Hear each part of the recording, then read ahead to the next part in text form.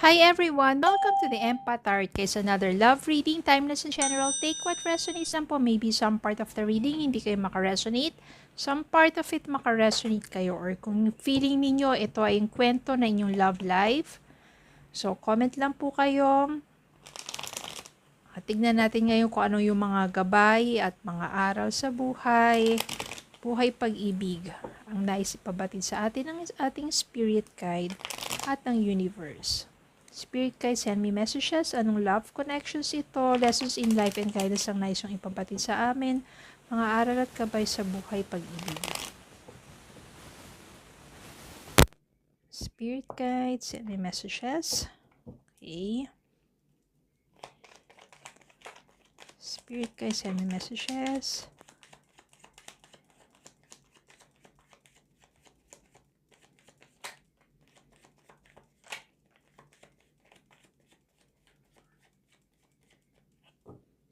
Sige, tignan muna natin itong mga unang mga mensahe. Star.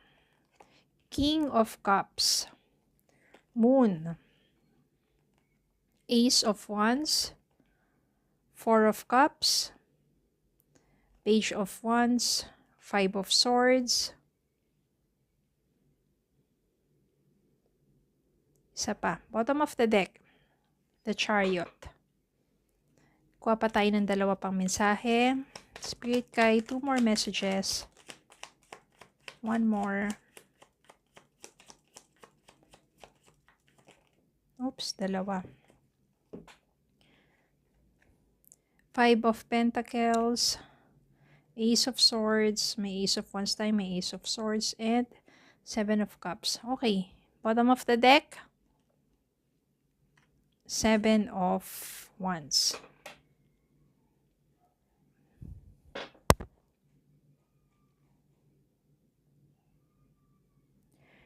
Five of Swords, 5 of Pentacles, Moon. So this is about relationship na grabe inabuso ka ng taong to. Moon dito, ang daming itinago sa'yo ang katotohanan tungkol sa pagkatao niya. Tapos, yung 5 of Swords dito, sobra kanyang ginamit. Minanipulate. 5 of Pentacles dito, ang dami niya nakuha sa'yo. Yung para kasi minanipulate ka niya, tapos nahulog yung kalooban mo sa kanya, at dahil sa pagmamahal mo, sa damdamin mo sa taong ito, sunod-sunuran ka na lang sa mga sinasabi niya. Marami siya nakuha sa'yo, material na bagay, kasi parang ikaw yung bigay ng bigay sa kanya eh. Pera, anumang bagay, regalo, ikaw pa yung no? Pero hindi mo alam yung tunay na pagkatao niya. Eventually, marireveal yan sa'yo. Malalaman mo, wala. Ginamit ka lang pala ng taong to. Hindi pala siya tunay sa'yo. Sobra, naging toxic. Naging manipulative. Nakulong ka sa isang relasyon na kung saan ikaw lang yung nagmamahal. At ang hirap nito, ang hirap kasi minsan, dinidinay mo sa sarili mo at sa mga kaibigan mo, kamag-anak mo, kapamilya mo, yung tunay na nangyayari sa'yo, na sobrang wasak na yung pagkatao mo, tinapakan na yung pagkatao mo, tapos ayaw mong sabihin sa kanila, i-share sa kanila, kasi nahihiya ka na ganun pala ang nangyari sa'yo. At ayaw mo ring mabago sa paningin nila, yung akala nila, na itong taong kasama mo ay mabuting tao, pero hindi nila alam sa kalooban mo, hirap na hirap ka na. Hirap na hirap ka ng kasama tong taong to, kasi lalo na-realize mo at nagkaroon ka ng sabihin natin ng linaw sa isipan mo na hindi naman ako mahal ng taong to. Eventually, natauhan ka na itong taong, yung person na to, ginamit ka lang, minanipulate ka lang, niloko ka lang, paulit-ulit. Nang nakawala ka na sa taong to, feeling mo, talagang wala na magmamahal sa'yo, wala nang tatanggap sa'yo, walang tunay na magmamahal sa'yo, walang tunay na taong may mabuting intensyon at damdamin, na akala mo Nandiyan lang yung pag meron ka nakilala or ano is ganun na naman ang mangyayari sa'yo.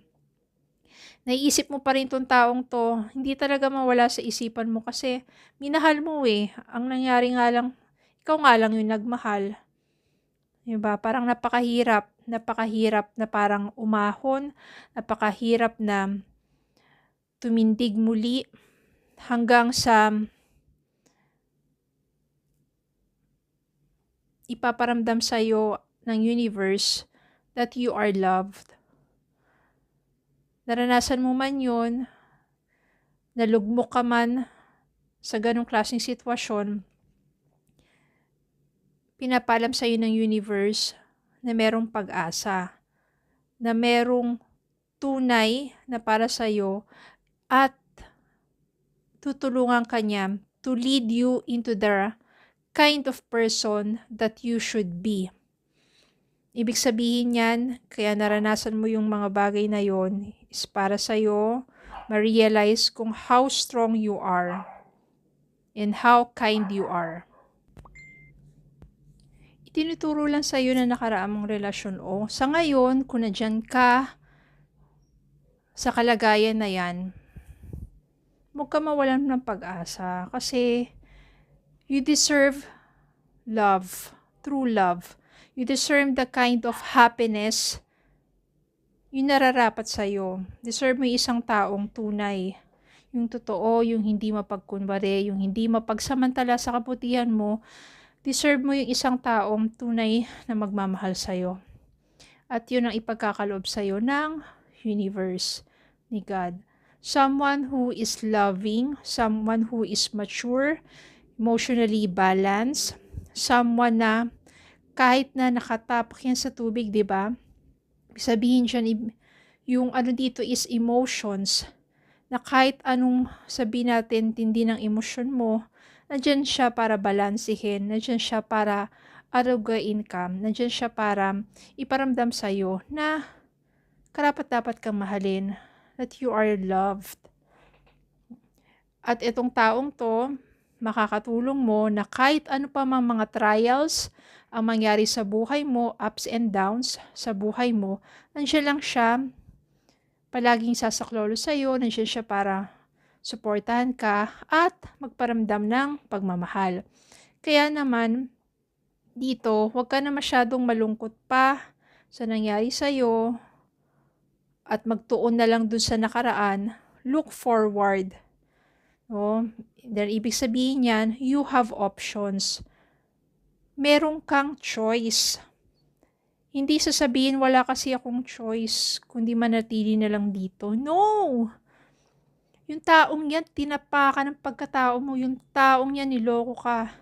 You have choice na kumawala sa taong yun. No? Because merong someone that will give you spark sa heart mo. There will be someone who will be passionately in love with you. And this is the right person for you. Ito yung someone na talagang i-desire ka. Gugustuhin ka makasama. Someone na talagang magbibigay sa iyo ng secured and peace of mind. Kasi ito yung taong poprotektahan ka at ipaglalaban ka. Hindi yung taong sasaktan ka at gagamitin ka lang. Napakahirap po, no? Kasi especially kung nandyan ka pa sa mga panahon na mas umiiral yung damdamin kaysa dun sa isipan. Nagbubulag-bulagan ka, nagbibingi-bingihan ka sa sinasabi ng mga kaibigan mo, kamag-anak mo.